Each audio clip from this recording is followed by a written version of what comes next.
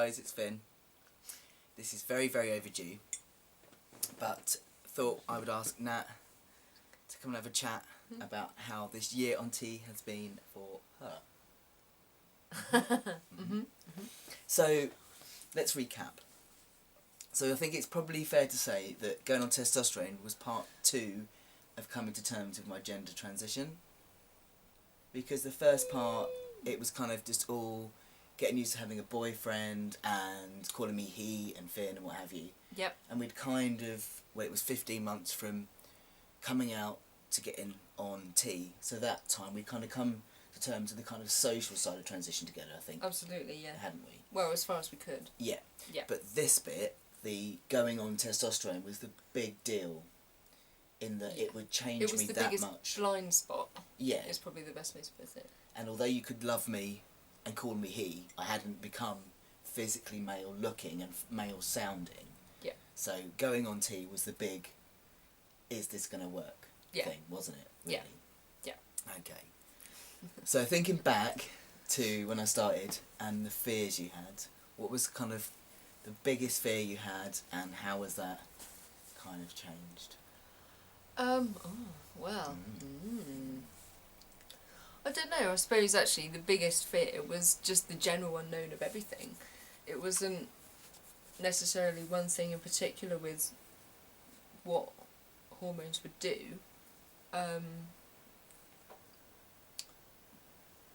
But then at the same time, I suppose, I don't know, it was more of, obviously I identified as a lesbian and still do to a certain extent, but so it was more of, can I handle being with Someone that looks male. Yeah, sorry, I couldn't get my words out then, that's what I said in my head though. So because your identity as a lesbian becomes invisible if you're with a man. No, it wasn't even that, it's not even necessarily what anybody else thinks, it was more of just, was I going to be happy in a selfish way? It's not selfish. Would I still be attracted to you and would you still be attracted to me as well, obviously, because you're going to change too. So, and if anything, it was, I can't say it was nothing to worry about, of course it is, but in hindsight, big words, there isn't, for me, there wasn't anything to worry about really, because if anything, we're stronger. Yeah. And just as much in love, if not more, now than we were then. So it's, yeah. No, I think I had this kind of same fears, I think, really, that we'd kind of got through the bit where we knew that we loved each other regardless, but I hadn't physically changed at all, apart from my pronoun and name. I hadn't changed, so that was the kind of big deal.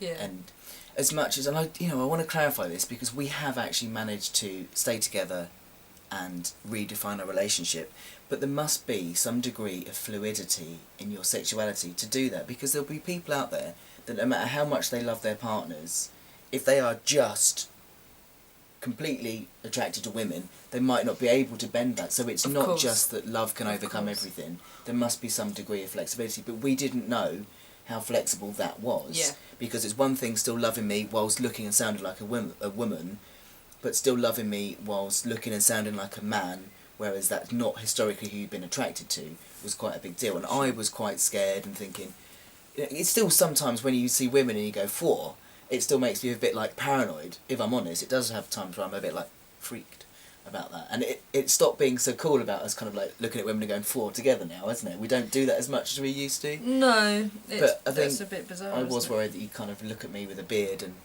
be kind of like... But that hasn't been the case. In fact, actually, like a few weeks ago when I was wearing my sunglasses and you walked up to me and went, "Oh, you look hot," it was just awesome. Because the fact that you can see me as hot now is just such a relief. Because I was really scared that, you know... You are basic. Thanks. Oh, and I knew you loved me, but there's love and there's attraction and a healthy relationship. It needs both. It's quite... I've tried to have had relationships in the past where it's just purely love and not attraction. And it doesn't work. You do need both You're right. Yeah, so She's got DOMs. I know, it was obviously, it was quite a... Yeah, yeah. It was really far away. Yeah, of course, mate. So yeah, I think that was definitely my biggest concern as well. Yeah, definitely. But no, I think that yeah, as you say, that was definitely the biggest concern. Top surgery you weren't really bothered about, were you? Well, no, not in terms of like the aliens going. Yeah. Are they aliens now? Yeah, somebody, my friend of mine calls them the twin aliens. I love that. Yeah. Yeah, I can see that. No, because with dysphoria and everything else, that wasn't an area that I kind of frequented. So. But now you can. Yes. It's lovely that you can lie on my chest and. I know, but even now, sometimes I'll go to touch it and go, actually, no, I can't. And then go, actually, yes, I can. Yeah, it's awesome. It's awesome. So, yeah.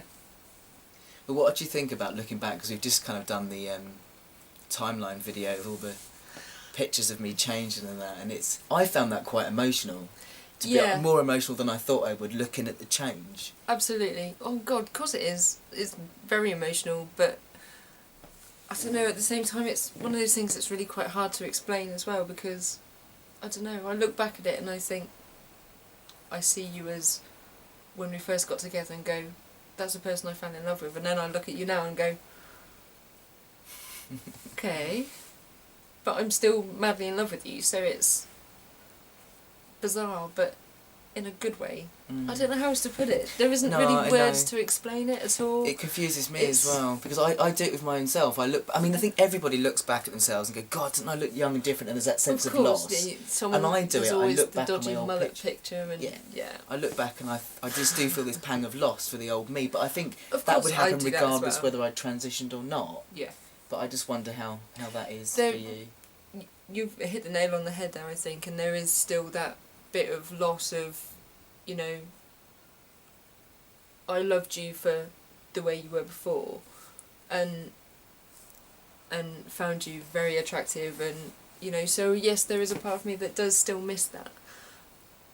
But at the same time, I don't think I'd trade it for what you've become and how far you've come, basically, because as much as you were amazing and beautiful then, you're even more so now, because you've got more confidence and, you know, you feel more comfortable in yourself, which means you're more comfortable with around me and around others, and just to see you blossom is just, it's just amazing. So, you know, I wouldn't trade that for the world.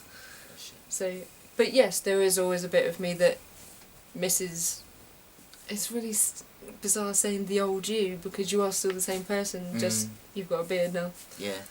But there are different ways of being. I mean, our relationship is different with our hiccups. We still have ongoing hiccups about the communication, because it is so different now. Yeah. Tone of voice, and also the way we talk. Very much so. It's all my tone of voice, and my way of talking has changed. Yeah. And my way of perceiving your voice, and my way of perceiving what you're saying has changed. I do recognise that's come from I think we'll struggle with that for a while, to be honest. Yeah. It's not something that's going to change overnight. No. But, yeah. But it is a bit of a loss of an old way of being together, I suppose, as well. Because I notice it, when I really notice it, is when we're around your mums. We are very heterosexualised now by a lot of people. They kind of all automatically put us into roles now, where I'm allowed to sit on the sofa and do nothing, and you cook. Yeah, and I notice this happening. I don't mind doing that on the grounds. I love cooking. No, I know. But the general stereotypical side of it, yeah. But, why do they happen here as well, to be fair? Yeah. But you've always been the one that cooks, but I think I'm more kind of just allowing you to. Yeah. And I'm studying this stuff, so I shouldn't be falling into these stereotypes, but I keep falling into these stereotypes. But yeah, it is aspects. It's not just like physical changes, it's the emotional changes, the way I deal with. I'm very much more practical in my emotions now, and I think. Whereas I'm not. I'm just generally a hormonal mess. Not saying nothing. Don't talk to me like that. What? Say nothing, babe. Yeah. But no, I think we've done amazingly to get through it. Yeah. Absolutely. Well, God, yeah. To be honest, it's a lot 2 to years ask ago a partner to go think through. Of someone to turn around and say, describe where we are now, it'd be just like, oh my god, that's just... Yeah. It's not something that, you know, you believe, really. It's probably the best way to put it. I'm just... No, you're making have sense. a lack of vocabulary No, you're today. making sense. I think, personally, the payoffs for me, the difficulty, I mean, I say this about all my life, really, but the difficulties we've gone through have made us so much stronger. Yes, definitely. Well, as they say, what doesn't kill you makes you stronger, so, Yeah. you know, and we're definitely still both alive and kicking, so It must be working, someone's got to be working somewhere along the line. because we have some news. Yep. And because it's late, Most you probably know already, to be yeah, fair. it's been all over Facebook, so you probably know. So, what's the news? I don't know, what is it? I don't know, babe, what is the news? Don't know, but I've got a heavier hand. Ah, yes, I proposed to Nat. I asked Nat if she would marry me, and she laughed. And then said yes, so it's all good. Kind of laughed and said yes at the same time, so Yeah. you kind of like just stared at me. I know. So I'd say yes again. It was a very weird position to be down on my knees looking at you, and you were laughing. Yeah. It was in a good way laugh. You'd have laughed at me. Probably. I'd have gone, oi! I want to do that, not you. To be honest, I wanted to ask Nat to marry me for a long time, but the sensible part of me was going, make There's sure a everything's sensible alright. part There of is a you. sensible part of me that wanted to make sure we were secure, and it felt so right because it Yeah. was our 4-year anniversary on the 9th of April, and my 1 year on testosterone on the 10th of April, so it felt like the perfect time to ask. I was quite scared. I thought you would probably say You yes. looked quite scared, I know. to be honest. There was this bit of me that was just thinking, what if she does say no? What if she says no, this isn't the right time, blah, blah, blah, blah. But, yeah, she said yes. That would have been awkward. We went up to Scotland. As you can tell, probably, Nat is part Ginge. She's part Scottish. So it felt fitting. Part ginge. Part Ginge. It felt fitting to go to Scotland. Because Nat was born in... Well, not born in Scotland, were you? No. You lived most of your life in... I was born in Scotland. Oxford, but But your mum's Scottish. my mum was born in Scotland, Yeah. and I spent a lot of my childhood up there, or a nice percentage of it, of growing up anyway. So we went to Glasgow. I told you we were going up for a few days. We went up for a week. Well, you said we were staying in Glasgow overnight and then going to my sister's, so it ended up being like 3 nights and then going to my sister's, so which was a very nice surprise. We stayed on in a hotel on the River Clyde, and then Yep. there's this really cheesy thing. Well, it's not really cheesy. I think it's really cute, and it's called love locks, and they're basically little padlocks, or any padlock, and you engrave in your couple's name on it, and then there's loads of locations all over the world where couples go and attach these locks and throw the keys away. It's like a symbol of like commitment. So I took Nat for a walk in Kelvin Grove Park, Yes. where there are a few love locks. There's not many, but yeah, There's a few. Well, it was a new location. I thought it was fitting because then we can like be one of the new early ones to start it. But I handed Nat this package, and Nat opened it and was like, "Oh, thanks." Yeah. Padlock anniversary. Yeah. Tar. Yeah.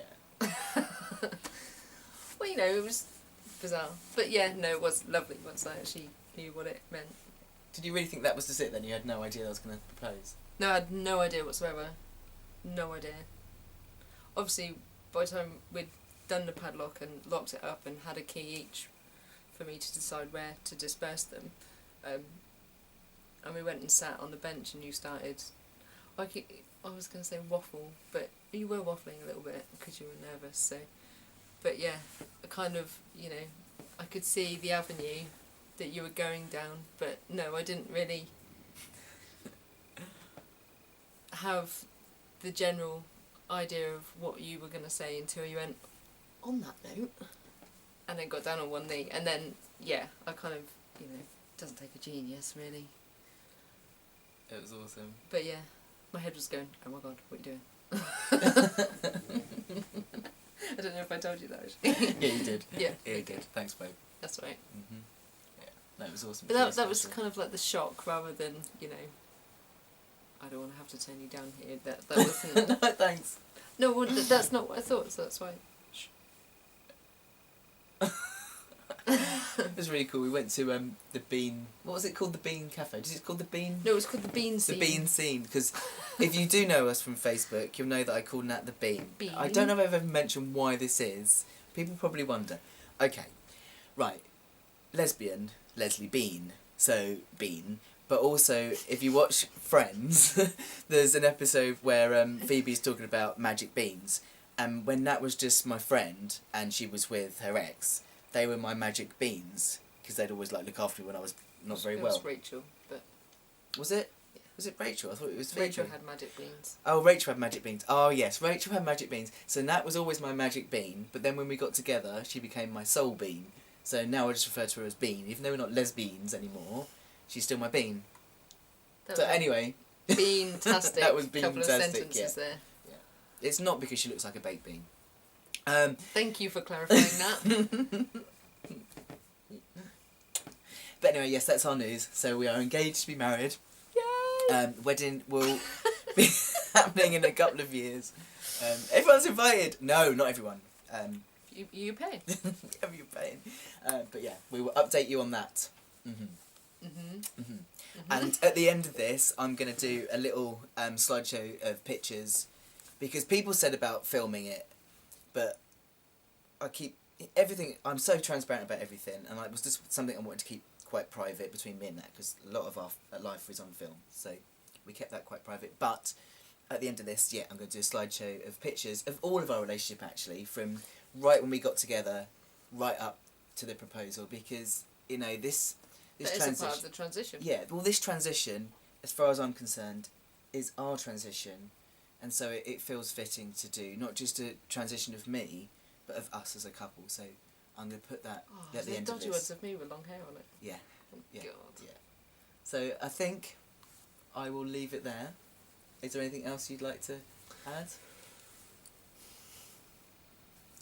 No. No. No, don't think so. Okay.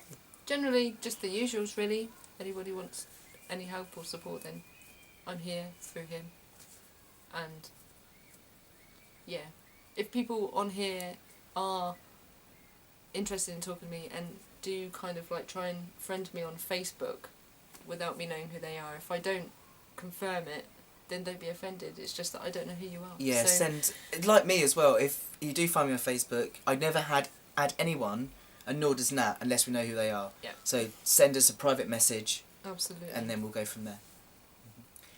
One note, actually, there is, as I said before, I'm thinking about lower surgery ideas at the moment and whether to do that or not, and that is something we'll talk about together at some point when either of us know a little bit more, because I'm confused at the moment. So, but it's something we will talk about together at some point. Yep. Yep. Yep.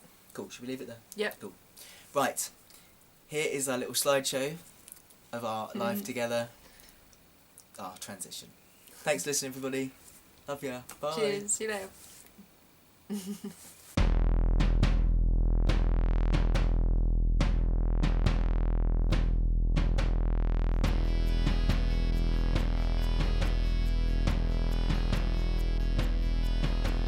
Catch me,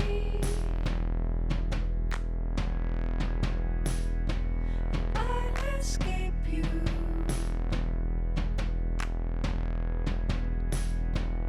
You could break me, or silent eyes.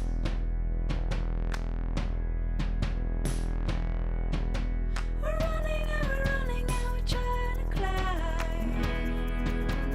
A ladder in the sky to a place we can hide. I can catch you. Who can lie?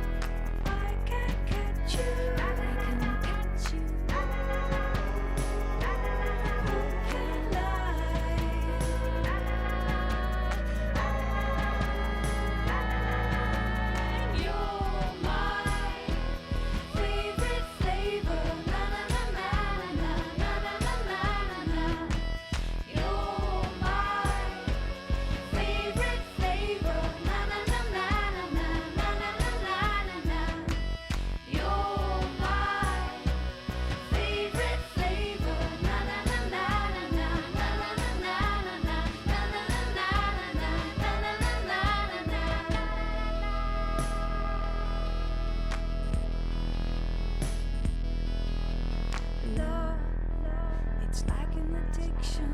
Love, it's like a stab in the heart. Love, let's make it all fiction. Love, love, give me conviction.